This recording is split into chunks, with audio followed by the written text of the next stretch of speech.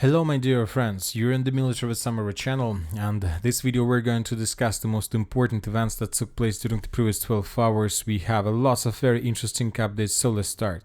And of course the most important update is coming from the Commander-in-Chief of the Armed Forces of Ukraine, Syrsky.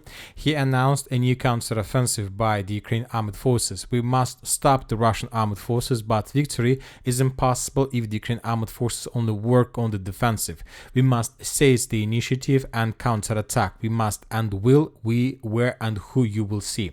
So that was stated by him, and we have also lots of updates, a lot of very interesting updates that are connected with the situation. First of all, we got reports that Biden, during his final months, is trying to strengthen Ukrainians' positions before Trump takes office. The supply of ATACMS missiles and anti-personnel mines to Ukraine is intended to prevent North Korean interference and stop a Russian offensive, threatening Ukraine's negotiation positions. Furthermore, right before we start making the video, we got report that Biden is willing to allocate another 24 billion to Ukraine as a military assistance, and most likely these 24 billions Ukrainians are planning to use first of all to strengthen their negotiation positions and probably to carry out another offensive operation. Now the most important question, where exactly the Ukrainians are planning to begin their offensive operation or counter-offensive operation.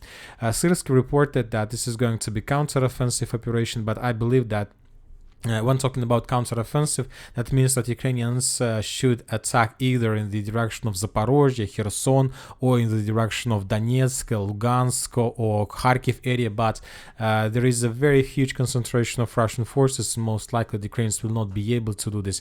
Maybe the Ukrainians will be able to cross the Dnieper River once again and to begin the second battle for Krynki, but obviously this will lead to significant losses from the Ukrainian side. So as to me, there are from three to four possible directions where the Ukrainians can attack. First of all, the Ukrainians can launch their attack in the direction of Robotyne. So once again, the Ukrainians will try to repeat the second battle for Tokmak. Why is that? Because since the beginning of November, we received a lot of updates from the Russian sources of how the Russians were moving in the direction of Ukrainian positions. For example, today we got another video, and in this video we can see another Russian sabotage and reconnaissance group that were moving along the road, and Ukrainians managed to discover the positions of the Russians, and the Ukrainians began bombing and attacking the Russian forces. And this event took place exactly in this area. We see that the Russians are not operating here with the regular army, mainly with just infantry, and the main purpose of the Russians is to get as close as possible to the villages of Novandreevka, Orekhov, Nova Danilovka, and Mala Takmachkas and Bilogoria. So the Russians are trying to repeat the same thing that they did in July, not in April, in March and May of 2023, before the Ukrainian greatest counter-offensive operation. The Russians managed to reach as close as possible to the city of Orekhov itself by maintaining the gray zone, and when the Ukrainians counter-attack, the Russians basically abandoned positions they managed to capture before the beginning of Ukrainian attack. So now we can see the same process. During the previous several days, we were receiving lots of updates of how the Russians were improving their positions closer and closer to these villages. 2 days ago we got report about the Russian positions to the north of Robotyne. Yesterday we got report that the Russians managed to reach the outskirts of the former prison to the south of Mala Takmachka. The day before yesterday we got report about Russian control over the village of Bilogoria, and today we have adjusted the map in Russian favor, not in Russian favor, in the favor of contested area, the territory to the east of the settlement. So this is the first possible direction where the Ukrainians are going to attack, and I'm making my conclusions just based on the activity of the Russian forces. Another possible area where the Ukrainians can counterattack, and it's not going to be a counterattack, this is going to be an attack, and this is the line between the settlements of Kazachia Lopony and further in the northeastern directions towards the city of Belgorod. Why is that? Because since for the previous 2 months we got a lot of updates from this territory. This is the first thing, and the second thing is that today we got another statement that was published by the group of forces Forces North. If you have access to their Telegram channel, you can read this in details. And in the final part of the statement, there was a report that Ukrainians began maintaining the brigades. So they began the process when different brigades began, learning each other better, how to work together on the battlefields. And the group of Forces North reported that the first brigades that Ukrainians are planning to use in their possible offensive operation began learning each other in the area of the village by the name of Liptsy. So which means that most likely somewhere here the Ukrainians are planning to counterattack. Furthermore, I'll just remind you that since the beginning of November, we got the significant number of updates exactly from the territory of the village by the name of Zhuravlyovka. The Ukrainians, if you remember, managed to capture these forests. They answered the territory with these forests with the sabotage and reconnaissance group, and we got a lot of videos of how the Russians were bombing and attacking the territory of this small area. We got reports of how the Russians were trying to force the Ukrainians to fall back. So for this video, for example, we got on the 15th of October. So since the beginning of October, we got lots of updates that Ukrainians made lots of attempts, more or less successful attempts, to cross the border exactly in the direction of Belgorod with the purpose to take under control villages and to check the Russian defense and what is the current status of the Russian defense built in this area. Furthermore, when talking about regular statistics, the distance along M2 road between the between the border and the city of Belgorod is less than 25 kilometers. And I'll remind you that during the Kursk offensive operation, when the Ukrainians were trying to reach the Kursk nuclear power plant, the Ukrainians managed to cross, and the farthest position they managed to enter, it's like Большое Солдатское, is around 30 kilometers just in 4 days.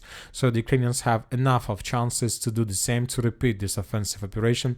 The question is whether the Russians are ready or not. Of course, the Russians see the movements, but once again, I'll remind you that also several weeks ago, the United States of America announced about very powerful military package. And you remember, one of the packages included up to 200 strikers. You know that since that package was announced, I haven't seen even a single striker on the battlefield. Maybe 1, 2, 3 or something like this, but probably from the old batches. But as for new batch, I haven't seen anything, which means that Ukrainians somewhere have 200 strikers. It's not light vehicles, it's fast vehicles, armored vehicles that can move, let's say, from Kharkiv in the direction of Belgorod without any problems along the roads and fields. There are lots of settlements that is very good for defense. The Ukrainians have good experience during the battle, received good experience during the battle for Sudzha. Now they need just to repeat the same thing. So I believe that Belgorod is going to be the second target of Ukrainian forces, because this will, as Biden reported, as Biden told us, this will strengthen the Ukrainian negotiation positions, and the Russians, according to Ukrainian plan, would be forced to make some exchange of the territories. Ukrainians will return the Sudzha territory, maybe the city of Belgorod, and the Russians maybe will be forced to return, let's say, a nuclear power plant in Zaporozhye or something like this. And the third possible direction is the territory of Bryansk region. But as for this area, well, I'll remind you that several days ago, we got reports that the Russians managed to cross the border and to take under control the village of Muravyi Kolos in Novoselovka. And this took place somewhere in November. This is the video how the Russians raised the flag, and this is another activity of Russian sabotage and reconnaissance group. The Russians entered the border just to check and find out possible Ukrainian positions, prepared footholds before further advances. So summarizing all these three directions, I just want to tell my point that the Ukrainians will counterattack in the direction where right now we can see huge activity of the sabotage and reconnaissance group from both sides. This is Bryansk area, this is Belgorod direction, and maybe this is Orekhov direction, I don't know. And fourth direction, I told you there might be four directions. The fourth possible direction is the beginning of offensive operation in the direction of Republic of Belarus. Since the beginning of November, the president of Belarus made a lot of statements that the Belarusian state TV reported that on an opposition and Western plan to attack 4 territories in the southwest of the country, armored groups from Poland, Lithuania and Ukraine were to be involved. So we from Belarus we have lots of statements that Ukrainians are planning to attack. NATO is preparing for open armed confrontation with Belarus and Russia. So a lot of statements about this. So this fourth direction also possible. Now let's discuss the situation on the ground. And during the previous nights, the Ukrainians carried out the massive missile strike on the Crimea Peninsula. The Russians are saying that there were two waves of attack. During the first wave, there were up to 12 or 20 drones that were brought down. During the second wave, there were up to 50 drones that were also brought down by the Russian air defense. And the Russians are saying that Ukrainians attacked the Crimea with several missiles. One of the missile launching system was discovered by the Russians and destroyed. In this video, for example, we can see the Ukrainian Grom 2 tactical missile system, and the Russians managed to discover the positions of this system and destroy it with the Iskander strike. The Russian missile crossed up to 220 kilometers to get the Ukrainians.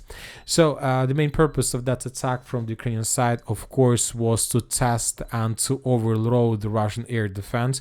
Most likely the main attacks are upcoming, but of course we're talking about a lot about Ukraine, that they're planning to attack. They have a lot of plans. They have 200 strikers. They have everything. Biden is going to give additional money, many other things. But don't forget that the previous night we got report that some notice on flight ban in the area of Kapustin Yar, which means that the Russians are planning to use Oreshnik once again. Maybe the Russians know for sure the exact day of the beginning of Ukrainian offensive operation, and they will use Oreshnik as a signal for action for the Russian side.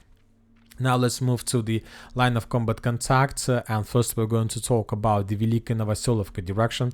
Today we have changes on the ground. Some of them were confirmed. In this video that was published by the Ukrainians, we can see Ukrainian drone that was attacking the Russian edge positions along the tree line. This video took place exactly in this area. Based on this video, we have adjusted the map. We have adjusted the contested area in Russian favor. So pro-Ukrainian mappers reported the beginning about Russian offensive operation from the village of Rovnopol in the direction of Starozhova. The Russians are trying to outflank the Ukrainians in Makarovka and Starozhova itself. As for the village of Velika Novoselovka, today we got the first changes. For example, this is the map that you might see by the end of the 26th of November. This is the map by the beginning of the 27th of November. The Russians, according to different mappers, managed to take under control the stronghold, company stronghold to the east of Velika Novoselovka, and the Russians managed to take farms in the southeastern parts and the first buildings. So the Ukrainians are retreating, and we have very interesting video from the western outskirts of the settlement.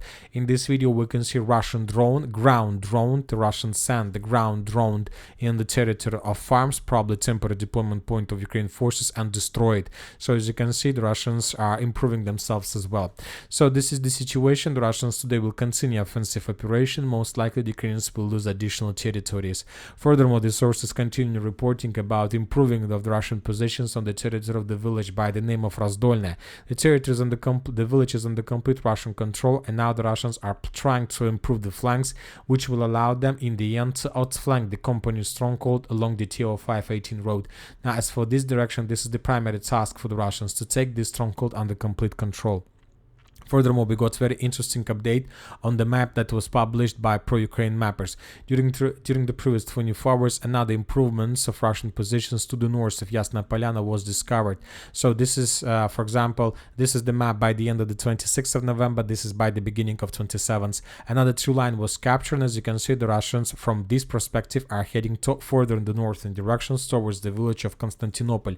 So this is very dangerous attack for the Ukrainians. We'll see what is going to be next, obviously. As for the Uspienovka stronghold, during the previous 24 hours we haven't received anything special, just regular activities of both the Russians and the Ukrainians, small changes on the ground, but the most important that Ukrainians are retreating. They're trying to collect as many as possible soldiers, military personnel, and to evacuate them from this artillery pocket and this cauldron. We continue receiving updates of how the Russians can improving their positions along the village of Dalnya. The Ukrainians are saying that attack in the direction direction of Dalny from the Russian sources side was unexpected. I'm not sure whether that attack was unexpected or not, but I've been talking about this probably since the beginning of November, when the Russians were just in the central part of Maximilianovka, that the main purpose in this attack in this direction would be to outflank the Kurachovo from the south. But now the Ukrainians are saying that that attack wasn't expected. As for Kurachovo itself, we have changes on the ground that was provided us by neutral mappers. According to information we have, the Russians managed to secure the eastern part of the central Kurachovo, and the Russians are moving further.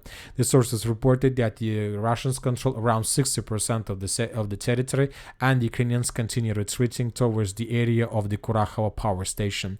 The situation for the Ukrainians is very difficult, and we got several updates to the west of Selidova of how the Russians managed to improve their positions.